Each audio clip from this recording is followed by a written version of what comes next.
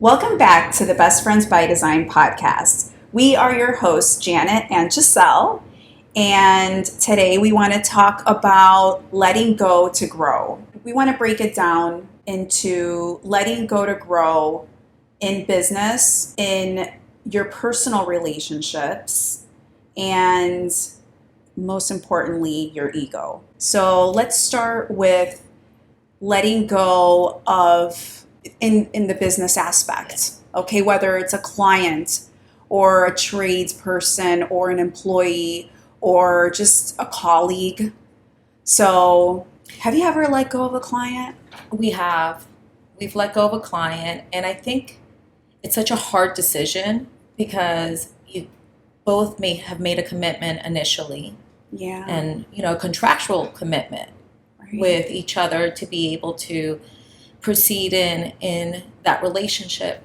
What's interesting is when that has happened, I knew from the beginning and there wasn't the right connection.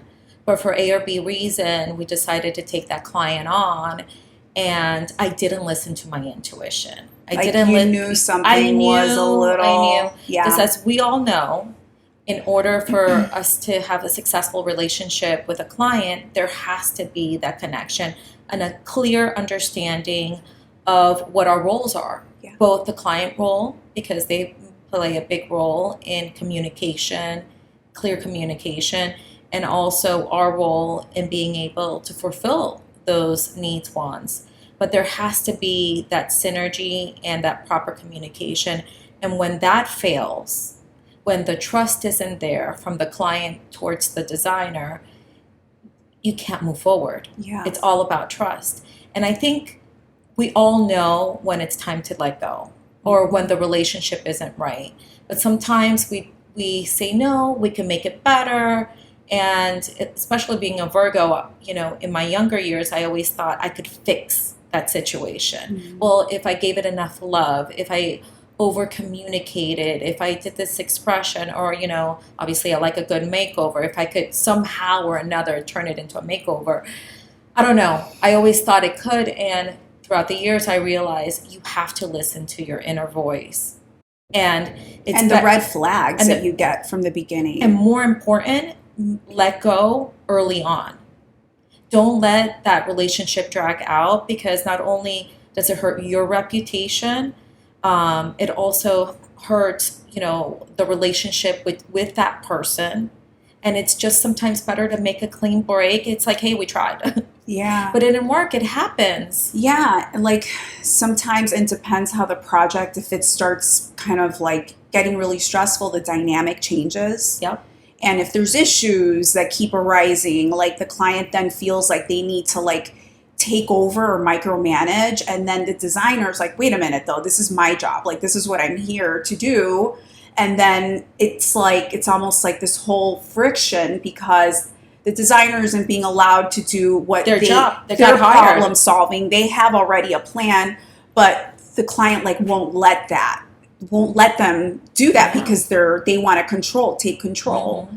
And sometimes it gets really nasty, and that's why it's so important to let go early on. Yeah. To not escalate to that stage. I know. Because the goal is, right, for us to come to work and to do our profession and provide a service in a space where it's loving, caring, nurturing. It comes from a good place, Our day-to-day lives need to be like that. And when you have that client that has lost that trust or never had it, yeah. or has a lot of clients have a control issue. They have a hard time letting go of control, and maybe hiring a professional isn't the right thing for them to do. Maybe they need to should do it themselves or use Right. subcontractors, but it's not the right fit. Yeah. And it's better to let go early on, and that's the same goes for employees.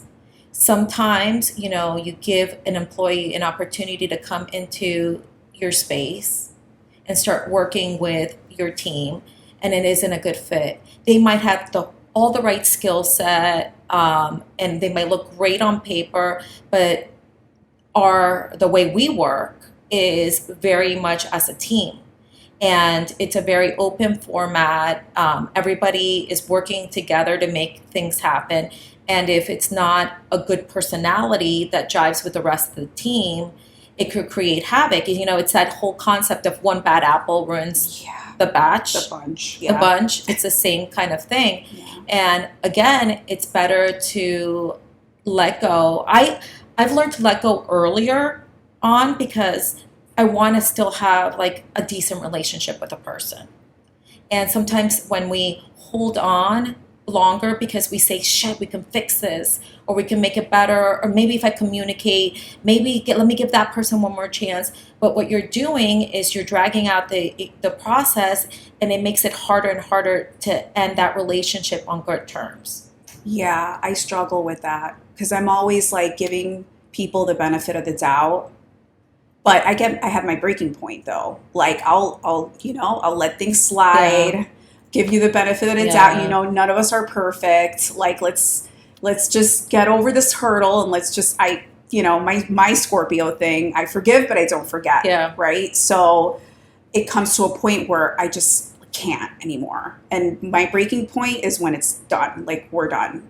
And that's what we need to try to avoid. Yeah. Because the rest of the staff feels it. You feel it. Your husband, it's stressful. Your husband at home feels it. Yeah. You can't help but carry that energy. Absolutely. And we need to let go in order to allow the right employee to come in, the right client to come into our lives. Because if we continue to put energy into this, not only does it ruin our experience, but it ruins everybody else's experience, because that client that is so troublesome is the client you put a lot of energy into, and then the other clients that are respectful of your time and of your service and are ready to receive the help maybe won't get as much of attention because all your energy is consumed with this by problem that client. Exactly. And then it's not just you.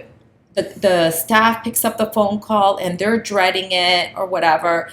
It's just not. It's best to let go. Yeah. And to move on. Yeah. So definitely that's a big part of it. Letting go of your ego. Right. Yeah. Right. That's a big one too. You want to back up a little bit? Let's back up a little bit. So let's get a little granular on letting go, because it's not a bad thing. Like letting go is not a bad thing, right? You have to let go, let go to grow, like exactly what we're talking about. Like sometimes, like our lives, it's part of the life cycle. Yeah.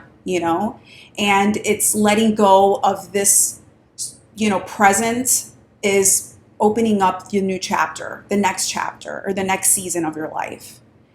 So it has kind of like a negative connotation, like letting go is like throwing someone away. No, you're not throwing away the experience and what it's taught you, but more of you're evolving into the next, and getting rid of things that don't serve you. So this is like a good thing for personal growth. For personal growth and for everybody else involved too. Yeah. Because if you're feeling frustrated from the situation, they are as well. Yeah. And maybe they have the communication is lacking. Maybe they're having a hard time letting go or making the decision.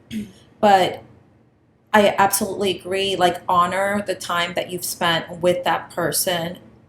Hopefully, both of you did get some good things out of it, and communicate it, and then move forward. Yeah. It's a hard thing to do, and it's something that I think we all still struggle with. But the more we practice that and understand that's, some people are for a season, Yeah. that's just part of it. Yeah. Yeah, definitely. I want to talk about ego, because that's something that working, with Brett and with myself, that we had to learn. In order for us to grow in our company, we had to let go of our ego. What does that mean? We had that mindset that if we didn't do it ourselves, it wasn't going to get done right. I know that's horrible. No, but, I'm sure all of us suffer from that, and to some extent. I know I do, like the delegation part of it. And absolutely. From the beginning of my career, I had to work in a group setting. So I was very good at delegating and very good at working in that kind of team setting because right from that's all I knew. Yeah. Brett came in and he was used to working by himself and doing everything by himself. So when we ended up teaming up, that's something that I had to really work with him hard and still do on letting go and learning how to delegate. And I'm great at it. So it was a good balance of different energies. But even till this day, it's something that in order for us to now bring ourselves to the next level, we had to let go of our ego, and now we're mentoring, our staff to help us and to be the next generation of our company. Mm-hmm. So that's such an important integral part, but sometimes it can be painful because obviously it's quicker and faster to do it yourself many times than to take the time to teach somebody to how to do it and to put all your knowledge, because it takes longer to do that. But I think it's essential in order to grow. Right. Yeah.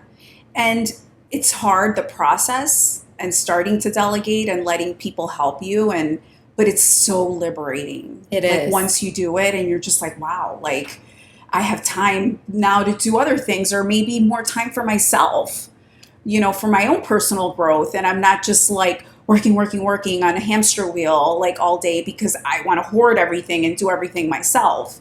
It's really hard to get out of that mentality and that habit of doing that. It is. I mean, I'm going through it now, and I'm realizing that, geez, it feels so good to have somebody. First of all, trust is important too. Absolutely. Because you can't just hand off your important business things to someone you don't trust. It's got to be somebody that you trust, that thinks like you, is going to handle it the way you would, who's going to pour love into it the way you do.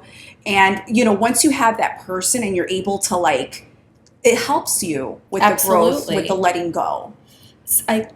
Putting that time into building the team that you have chemistry with, that balances out the things that maybe you're not so good at. It's such a key thing, and it's taking us years to build that team. And we had our guest, our last guest, Marissa. She's been an essential part of building our brand and building, now offsets of what we're doing, with now Molanova, and even with our podcast, having those people that you build the relationship, which it takes time. It takes time for them to learn how you like things, how to communicate with them. So part of it is having patience. And sometimes in this instant gratification world that we're in, and even the reels are quick, the TikToks are real, everything is quick. I think we lose the fact that it takes time to generate the process. It is a process to get to know, but if you have that right person and your gut feeling tells you this person has the same values I do, or has potential, exactly, those relationships are worth nurturing, and let go of the ones that aren't working so you could focus your energy on these relationships that are going to help you build your brand, that are going to help you enjoy your day-to-day experience, and your client's experience, and your with client's your company. Experience. Absolutely. It's it's just a team effort to create that experience. The vendors, you want to go vendors, the trades, the contractors, getting, letting go of. I mean, for me, again, give everybody the benefit of the doubt. Everyone, no one knows it all. It's a learning process. There's going to be hiccups, but when they start to not appreciate that you're feeding them and the business that you give them and all of that, and it just becomes that's when it's time to kind of cut the cord. It's crazy because you and I come from fine decorators, right? In an era where our bosses forced us to at least get 3 to 4 quotes, right? Contractors, painters, wallpapers, anything we did. Labor. And our job when we were coordinating, because we both did coordination, was to go back to that trade and to pretty much negotiate with them and work with them and build a relationship. Hey, listen, I gave you this job. hello, work with us here. Right. And we're sometimes working in such a fast pace, and we have our favorites that we deal with, that I think we need to keep our trades honest. And sometimes when we utilize a trade, and then now on social media we're posting that we're using that trade, then other designers starts using them. Mm-hmm. And it's beautiful. We want people to continue to grow and refer, but sometimes then they forget about the people who originally kind of helped them build their business. That were there with them from the beginning. Right, or to build them.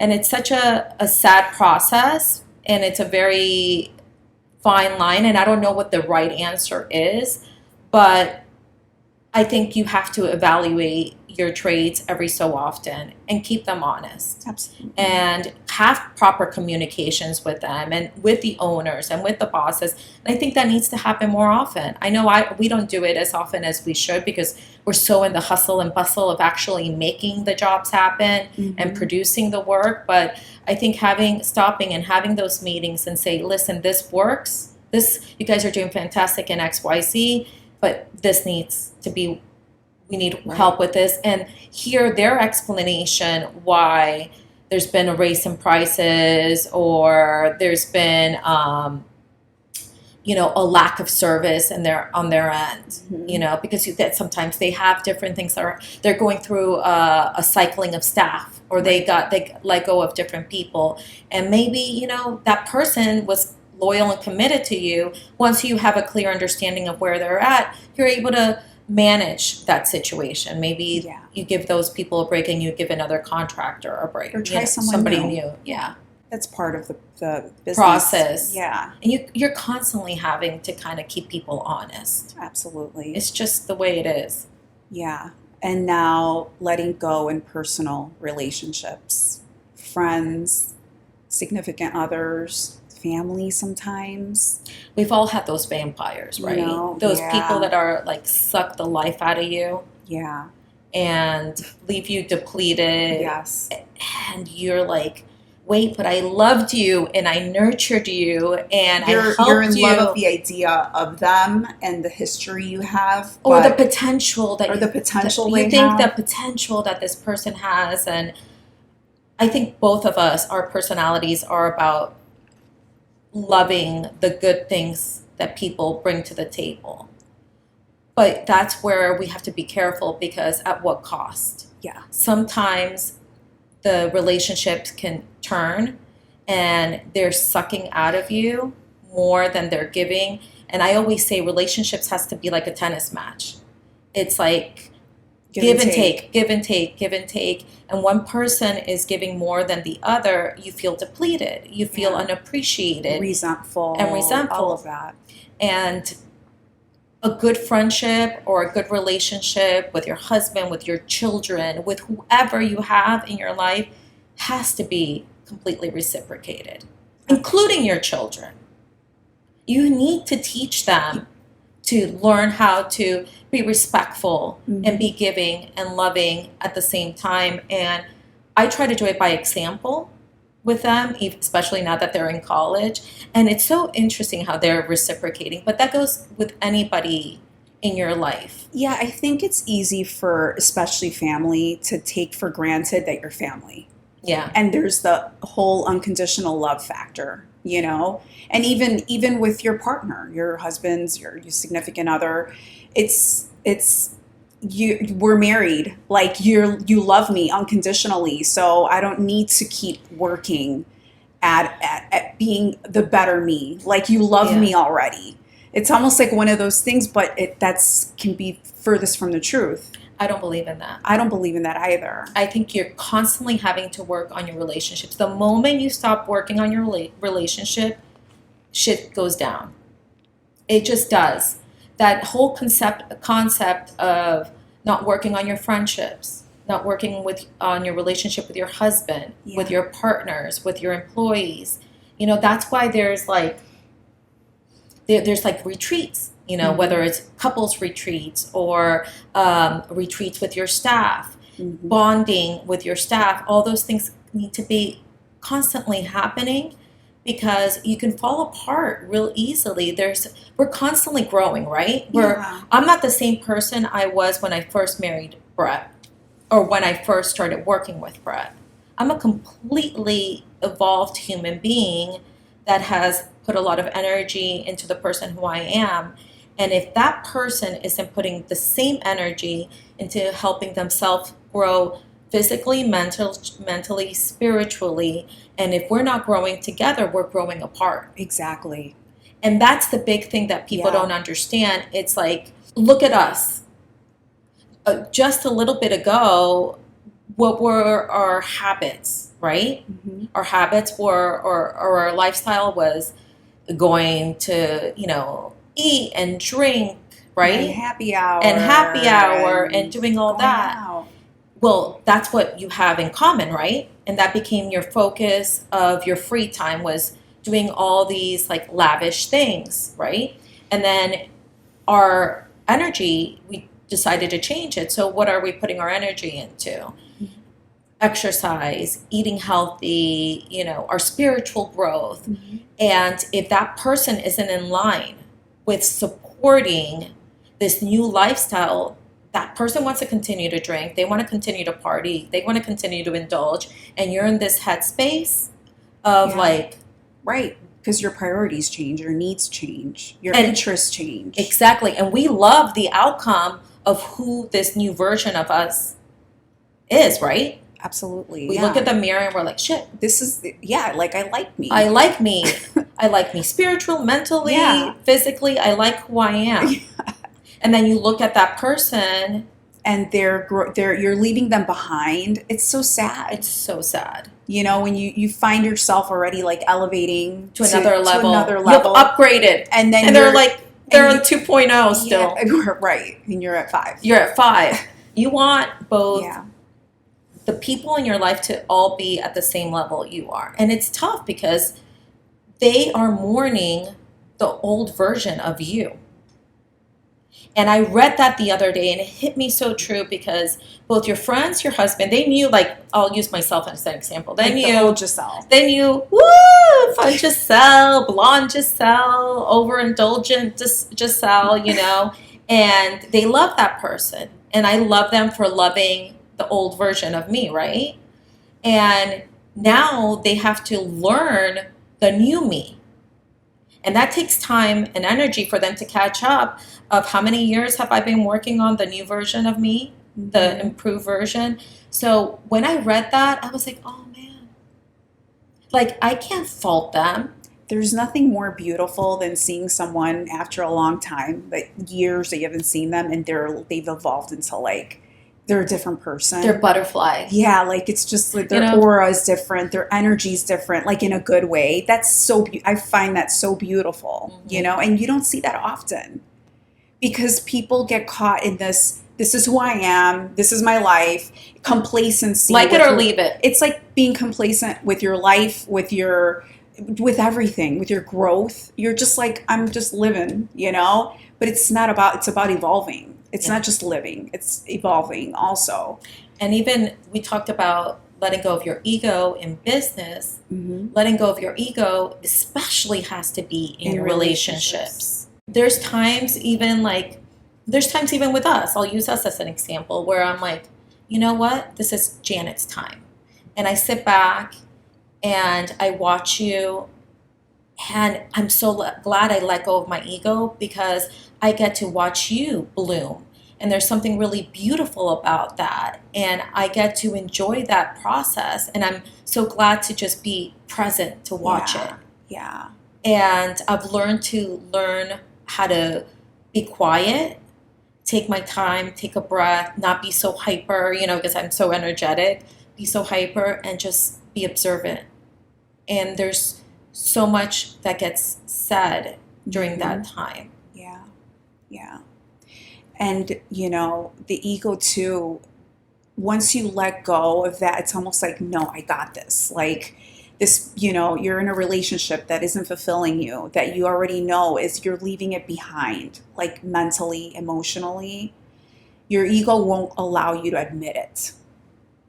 admitting that someone is like just like you've grown apart or you've evolved and you have to leave them behind. That's hard. It's really hard. It's That's really hard. sad. Yeah, because there's feelings, there's love, there's emotion, there's dreams that you've had, of the future. Expectations. Like, oh, we're friends. We were going to be friends forever. We were going to grow old together. We're going to be married forever. We were going to like die together, and then you realize maybe it was just a season. Yeah.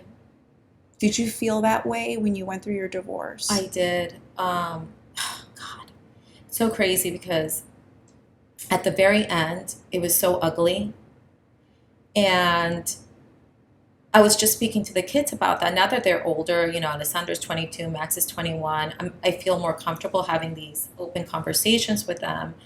And I'm sure they're asking now, or they want to know. No, what was really interesting is at one point when I was already married to Brett, we were having problems because of all the exes that were involved and the kids, and it's just complicated when you're merging two families and two different worlds, and it's just very painful. But you love each other, right? But you have all these messy. It's very messy, and it was very difficult during that process. But at one point, my ex and I considered getting back together because of the kids, and it was just like it was so much drama. And the kids' schedule is just so much. And I actually considered like it's easier to stay together than to split up. Right. And I was already married to Brett. That's how difficult divorce was. And you considered getting back? Consider, because it was so complicated. My God. I thought of, well, let me do it for the kids. Let me backwards. Right. And let me do it for that memory of the good times that I did have with this person, because it wasn't all bad. There was a lot of beautiful moments. And, for a minute there, I'm like, maybe it's just easier. I mean, the kids were really little at the time. So Alessandro happened to mention something, and I said, I considered getting back. And he looked at me like, ew. And I'm like, why would you do such a thing? And I'm like, why ew? Now, remember, when I got divorced, the kids were 3 and 4. So all they've known is Brett. And all they've known is this kind of situation. But I was like, why ew? At a time when I remember like loving this man and thinking he was my other half. And I thought we even looked alike. And I mean, it was just bizarre. I really loved him in a very youthful, innocent way, all these hopes and expectations. So to see our son that looks so much like his dad look at me and tell me, ew, and say, but if this was the most tender moment, he goes, but I love Brett. Aww.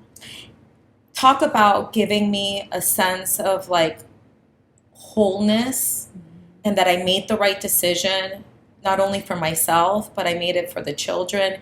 And that's when I say, if you're happy, your children are happy. You're, whether it's at work or you exude, you're the leader. I'm the leader in my home. I'm the leader in my office. When I walk in, I exude an energy. And if I'm happy and I feel fulfilled and I'm happy where I'm coming to and the people that I'm working with, everybody feels that energy and it's contagious. Yeah. Right. So on the flip side, if you weren't and you're miserable and you walk in and you're just like pounding, unhappy, like pissed off, that comes all through. You're spreading that energy to everyone else. Yeah. I wasn't the one who chose to let go in that relationship, which I should have been. I wish I would have had the balls to do it, because it hindered how I wish we would have ended our relationship, with honor and with respect. And I didn't do that because I was a chicken shit and I didn't have the balls to do it.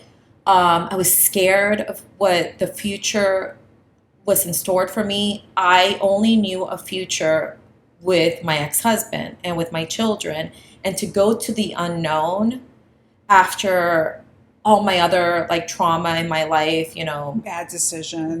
bad decisions. More important, the trauma that I carried from my daddy issues, growing up without abandonment issues. Yeah. So I was so afraid of that. And I didn't realize how I was carrying that on into my marriage and how that was affecting me to let go of my current situation and and it made it so much more difficult to get together with Brett because I didn't know how to let go and to accept him into my life in a way where I allowed him to love me fully. It took me years, even after getting married, to forgive myself and to feel worthy of him loving me the way I should allow him to love me. Interesting. Isn't that crazy? Yeah. You think just because you marry, everything gets fixed. It doesn't. It takes a lot of work, and you got to let go of that baggage. A lot of healing. But healing. You have to do the healing on your own. Brett couldn't, Yeah, he couldn't fix like what was missing. He couldn't. You had to find that. I would see it in his eyes, him being 10 years older. I thought, like, he would say to me, I can't wait, like, when I was in my 30s, I can't wait till you're 40. And I would look at him, he was crazy. Now I understand the look of patience in his eyes and himself with me. That's beautiful, and that's true love in so many ways when you have that patience with that person and say, I'm going to let you grow on your own time and figure it out on your own time. Because I know I can't speed up the process of you having your experience and getting to that place, that you allow me to love you the way you deserve to be loved. And that's a huge part of picking your right partner, is that constant communication and that patience that you have for each other, that that it's not just potential, it's not just love, it's constant having experiences with that person, like having those intimate talks, having those intimate experiences that are not diluted by, a little weed or a little alcohol, just true conversations, even though sometimes that can help because you're so uptight about having that conversation. Just don't let it go too far. Just, have that little moment and let that moment come. So how long were you married before you allowed myself to be loved properly? Yeah. Until you let go. Till I let go of my past. God, I think let go of that marriage. God, I've been married now with Brett 17 years. I want to say a good 5 years into the relationship, maybe even longer. No, you're with Dennis much longer. No, meaning into my marriage with Brett. Okay. No, I'm saying letting go of the first marriage. We were married almost 10 years. And did you ever see, now going back, right, looking at it from where you're at now, were there any red flags? Right at the beginning. So that's how strong intuition plays a role in just the decisions that you make in life. How many times have we told ourselves, but this person has this, this, and this? But they're this, this, and this. But they're this, this, and this. It's like the pros and cons list. And then you're like, well, you know what? We'll work on the negative. Yeah. That's workable. That's fixable. That's workable. He's still young. He still hasn't matured yet. Exactly. And the reality is people tell you who they are right at the beginning. We're just not ready to listen. Or admit it. Yeah. And to admit it. Because we might romanticize the situation. We want to believe so much. Because sometimes it could be like the instant infatuation. Or the idea of them. Or you're in love with the idea that, he's like, we're going to get married and we're going to have, we're going to have a family and the house and the this. You just like, every girl wants her fairy tale. But people tell you who they are. Yeah. And you know it. But you just think, I'm going to make this better. Or this is as good as it gets sometimes. A lot of times. It all depends, like where you're at in your life. Sometimes we don't think we're worthy of the love that has it all, that has the amazing sex and the amazing chemistry, and that the person and the conversation and the emotional connection and that the they're mental the best friends, and that they have the things in common like you do. Yeah. And there are people out It's there. like you're greedy or selfish if you want it all. Like, where did that come from? Like, why that? Why do women feel that they don't deserve all of it? Like the 100% package, or that it doesn't exist?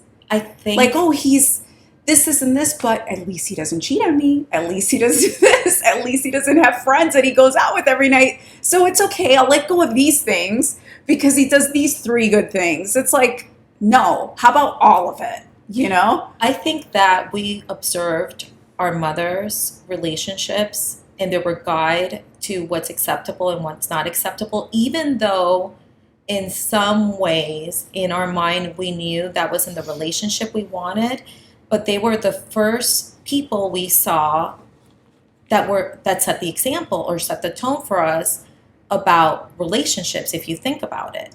Of course. So now, I evaluate that and I see so many similarities that my mother did. And now that I have that complete awareness of it, It's funny how it's so crazy. turn into our mothers. Not only, hello, I mean, It's so crazy. you have no idea. Like, Brett, Sometimes I'm like, oh my God. my Is it situation, normal or is it Janet? right? Wait a Exactly. minute, I sound like just like my mother. It's I so sound like my funny. mother. I look like my mother. And that's not a bad thing because we all love our mothers very much. But we want to be the next generation. We want to break those generational curses. So Yes. we want to have partners that are our equals and that we work together to be that amazing team, right? Because you want to be next to a partner where you're proud of them and they're proud of Yeah. you and you're growing together. I'm something as little as doing yoga with Brett. You have no idea. And I do yoga with you. So it's kind of cute for me because I'm in the middle and you're on one side and Brett's on the other. And I'm in my happy place because I got my people that I love with me being healthy, making healthy choices together. And I look at Brett that was like, yeah, what am I going to do? I'm going to Like, I'm hot. I'm hot. I'm sweating. And I'm sweating my ass off. Dude, you're a hot yoga. Like, what do you think is going to happen? But I am so happy that my now 59-year-old husband is trying something new and we're doing it together and I'm doing it together with my best friend as well. I mean, it doesn't get any better than that. Yeah. And continuing to evolve at every age is so important. Not being set in your ways. And I notice so many people that are like, whether Brett's age or my age, that have become so complacent and set in their ways. And it's like, no. We have to let go of our old ways in order to allow for new things to come into our lives.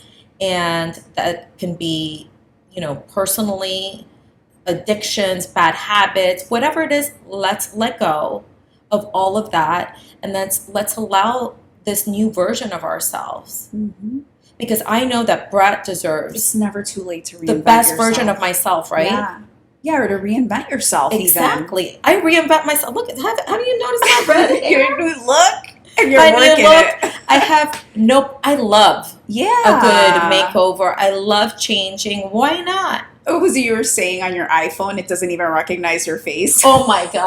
Like, I have I think 3 different faces. You know how it starts the with your fat face? Giselle, the blonde Giselle, the brunette. Now you have the redhead Hold Giselle. on. I like to call Fluffy Giselle. What the Fluffy. I like to call Fluffy Giselle. I'm the only one that can say the fat word. It's okay. You know what?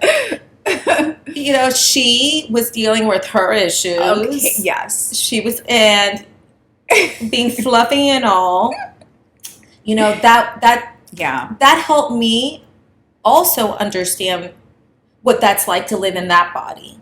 Yeah. And when I do see people that have it's so crazy because I could just look at somebody and see that they have health issues because I know what that looked like for me. The inflammation in my body, the puffiness, the water retention, all of that. So when I see that, I have compassion.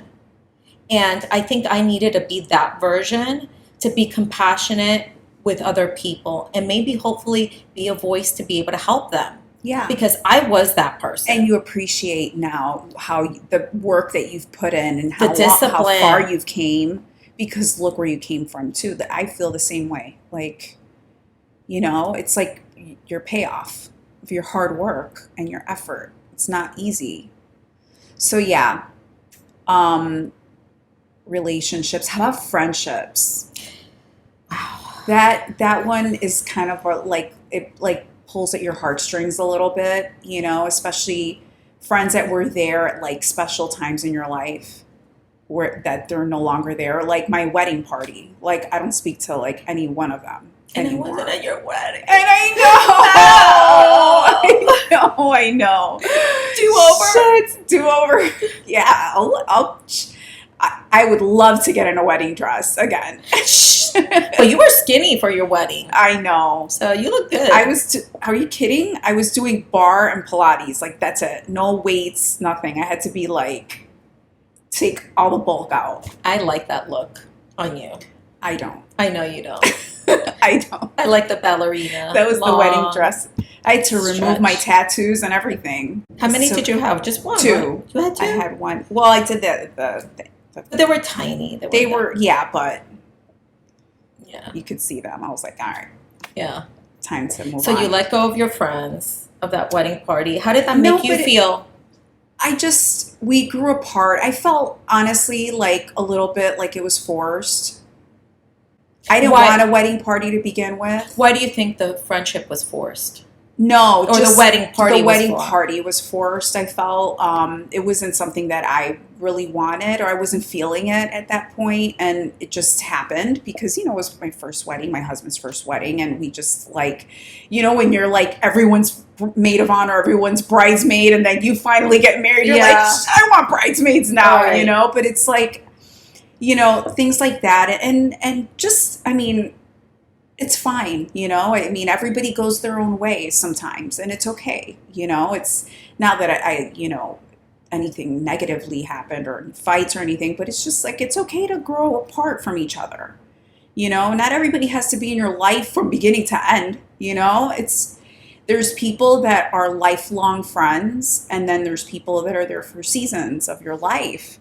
And, doesn't mean you love them any less, but sometimes you just have to let them go, and, no hard feelings, like, but who wants hard feelings anyway? There's energy for that. But those friends could also bring you down. Yes. Because I've had those friendships, where they're like, ha ha, I'm just kidding. But, and then there's the insult. The frenemies. And then there's that little insult, that little dig at you. And you're so busy laughing at, the little innuendo, but then later on you're like, bitch, what you say? Like, hello. We're late reactors. So both of us. The bitch thing comes later. It's like, what just happened? Like, wait a minute. What the fuck does she mean by that? Exactly. And those kind of relationships, I think, can be the most toxic. Oh, yeah. Because they will put an idea in your head about yourself that is negative in order for them to feel that they have the upper hand. Mm-hmm. Or somehow they need to feel more power. Mm-hmm. So if they push you, if they minimize you and they push you down, then they feel higher. Well, that doesn't serve you whatsoever. And you got to let go of those and be aware of those kind of comments and try to stop them immediately.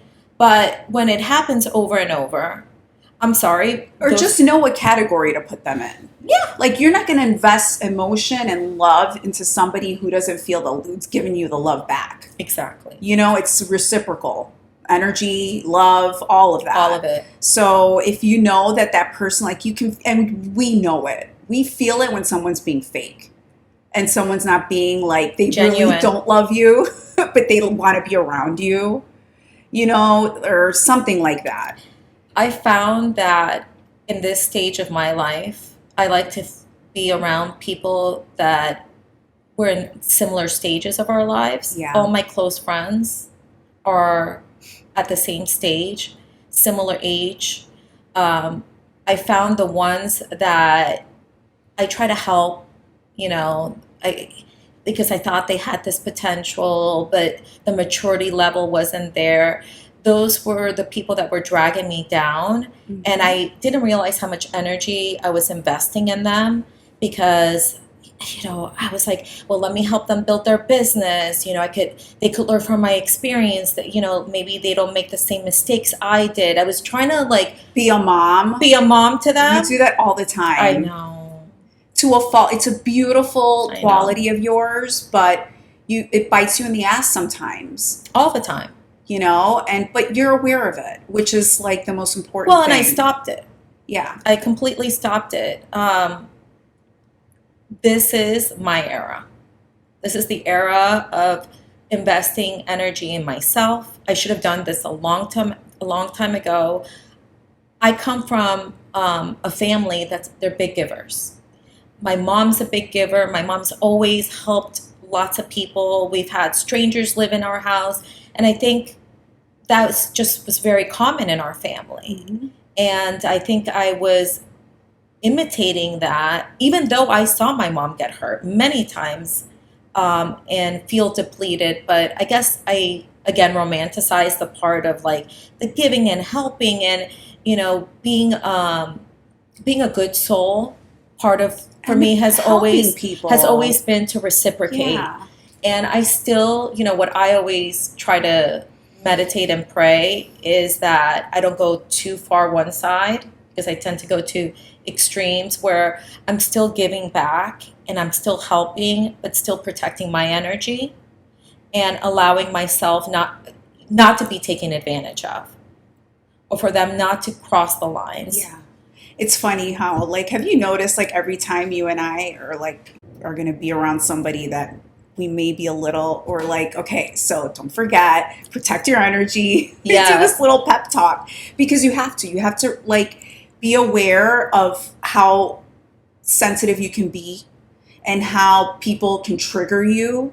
Just little things, even the way they look at you, or certain things they say. If it's a person that you've been kind of on a little kind of sketchy road with, and you have to be aware and not take it, not internalize it, not let it affect you in any way, or that little voice in the back of your head start feeling a certain type of way about them and about the situation.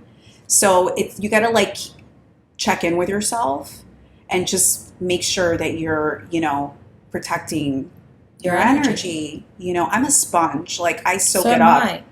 And it's part of my empathetic side. It's part of my helpful. I always want to help somebody, and it's hard because I need to protect my energy. I realize that, because I could so easily give it away and then get back and return the bad. You know what I mean? And here I am soaking up the negative, giving away my good to others. And I'm soaking their shitty energy. And not everybody's worthy of your time or your energy. Yeah.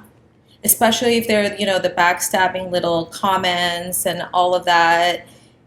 What I've learned is people who do that, they have such issues within themselves that have nothing to do with me. They have nothing to do with you, or it has all to do with what they're going through. And it's their process, but I will not allow them to come into my world and disrupt the peace and the energy that I have built in my world, because it's so good. And it's taken me way too long to establish this energy and this happy place for them to come in and then disrupt it. So letting go becomes even more important to what you've built in your life. Mm-hmm. Yeah. Amen. Amen. What I do want to say is a couple tips that I've learned on techniques through different programs that I've been involved in and letting go. Mm-hmm. One of the things that I was taught was to write a letter. So they had you write a letter to whatever you want to release. Okay. Or you need to forgive. So for me, it was a letter to my father. So I wrote a letter to my father, and oh my God, everything that I wanted to say that I haven't been able to say, I put it out there, and you burn the letter. And it's such a lethargic amazing thing to, first of all, physically writing down something versus typing, and then reading it and acknowledging the pain and letting go, because that person doesn't need to know. That person doesn't need to go through. You're the one. You're the one who needs to let go. Yeah. So that's been one technique. Great. I like that one. Another technique is going to the beach and going into salt water. You know, historically, water is very cleansing and very purifying. Well, the act of dunking your body into the ocean and just letting go of all the things that don't serve you, whether you pray or just need to say, a positive affirmation, that process, and some will wear white afterwards to kind of like, that salt air, the salt water, all of that is so cleansing, and just letting go of that. The other thing that I do all the time, both in my office and at home, is I sage and I'll put incense. Yeah. So I'll do the whole, and that's an easy thing to do. Sure. But it's not just about burning the sage or burning the incense to let go, is where you be mindful of where your mind is when you're doing it. Right. What do you want to let go of? And exactly. What do you want to release? And what do you want to bring into your life? Mm-hmm. Just be very intentional when you're burning those things. I mean, those are 3 techniques that I've learned. Those are great. And that you could implement easily to kind of seal that process of letting go and bringing in the newness into your life, the goodness into your life. Love that. Look at you, girl. I tried. I've done my homework. I love that. I'm going to try those. Yeah. Definitely. So I guess that wraps up our last episode of the season. Season 2 coming up soon. It's going to be the fall in Miami, and we're going to have a new look. We're going to have a new set. We have a lot of surprises and good things.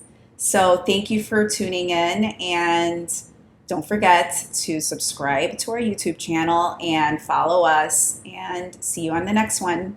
Thank you for hosting us. Yes.